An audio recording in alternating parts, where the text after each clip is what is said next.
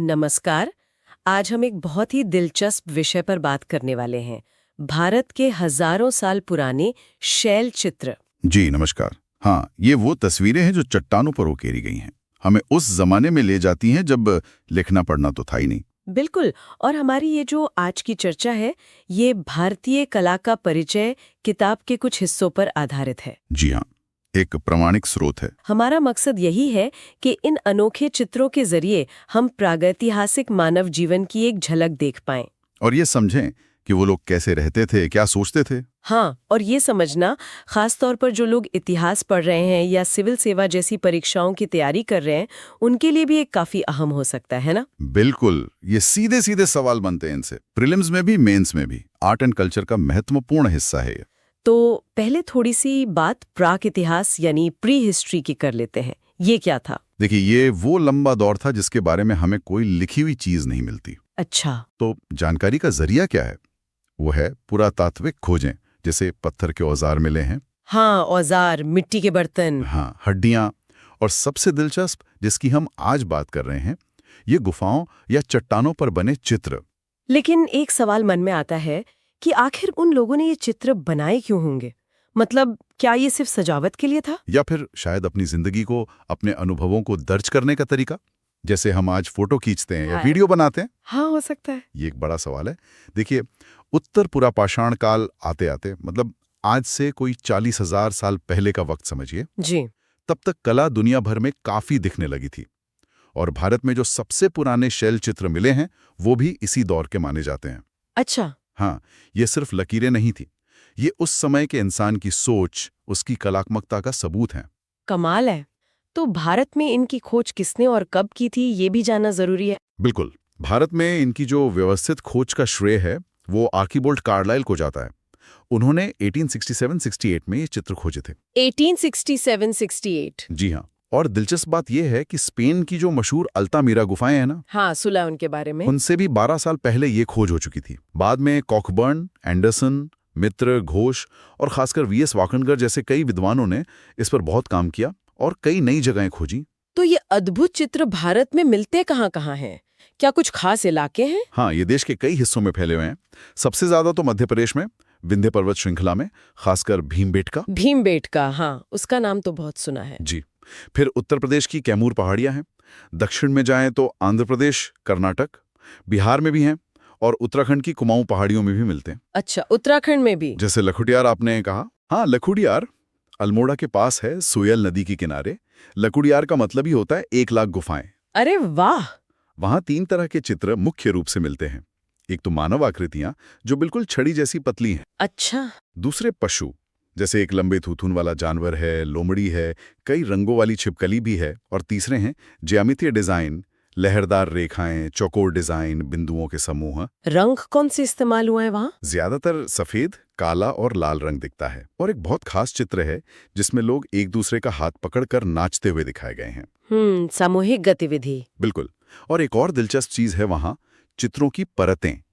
मतलब एक चित्र के ऊपर दूसरा, फिर तीसरा, पहले काले रंग के, फिर लाल, फिर सफेद। ऐसा लगता है जैसे एक ही कैनवस पर अलग अलग समय में लोग आकर चित्र बनाते गए। ये तो काफी रोचक है। और दक्षिण भारत में आंध्रा और कर्नाटक का आपने जिक्र किया। जी, वहां ग्रेनाइट की चट्टानों पर चित्र मिलते हैं, ज्यादातर नवपाषाण काल के।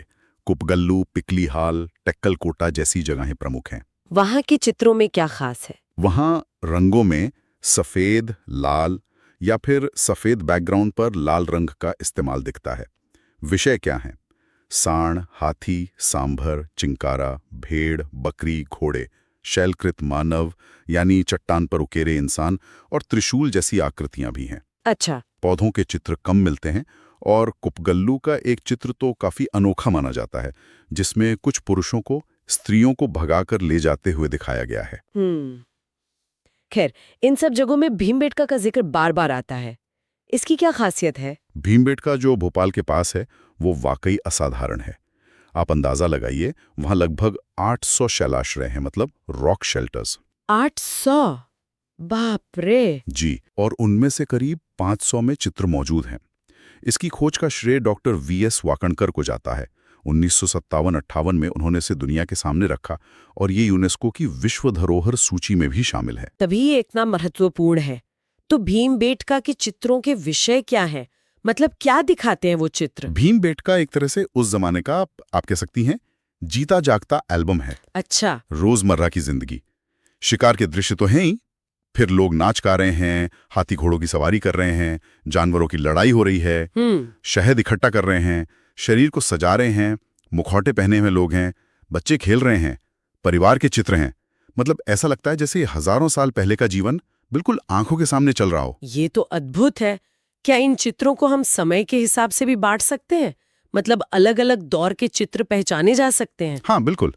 विशेषज्ञ ने मोटे तौर पर 3 दौर में बांटते हैं: उत्तर पुरापाषाण युग, फिर मध्य पाषाण युग और उसके बाद ताम्रपाषाण युग। अच्छा, तो इनमें क्या फर्क दिखता है? देखिए, जो सबसे पुराने यानी उत्तर पुरापाषाण युग के चित्र हैं वो ज्यादातर हरी और गहरी लाल रेखाओं से बने हैं। जी। आकृतियां पतली छड़ी जैसी हैं, जानवर काफी बड़े बड़े बनाए हैं, भैंसे, हाथी, बाघ, गैंडे, सुअर, कुछ ज्यामितीय डिजाइन भी हैं। ऐसा माना जाता है कि हरे रंग वाले चित्र शायद नाचने वालों के हैं और लाल रंग वाले शिकारियों के।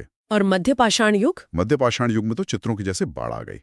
सबसे ज्यादा चित्र इसी काल के हैं। अच्छा। विषयों की संख्या बहुत बढ़ गई, लेकिन चित्रों का आकार थोड़ा छोटा हो गया। शिकार के दृश्य बहुत प्रमुख हैं। लोग समूह में शिकार कर रहे हैं, अलग अलग हथियार इस्तेमाल कर रहे हैं, भाले, तीर कमान, जाल, फंदे।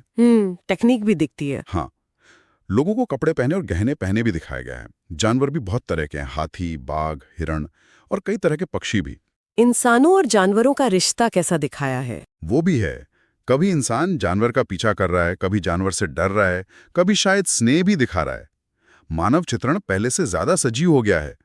स्त्रियां हैं, नग्न भी और वस्त्र पहने हुए भी, बच्चे खेल रहे हैं, लोग समूह में नाच रहे हैं, खाना इकट्ठा कर रहे हैं, परिवार के दृश्य हैं, हाथ और मुट्ठी के निशान भी मिलते हैं। और ताम्रपाषाण युग? हाँ, ताम्रपाषाण युग जब आया, मतलब जब तांबे का इस्तेमाल शुरू हुआ, तो चित्रों में थोड़ा बदलाव आता है।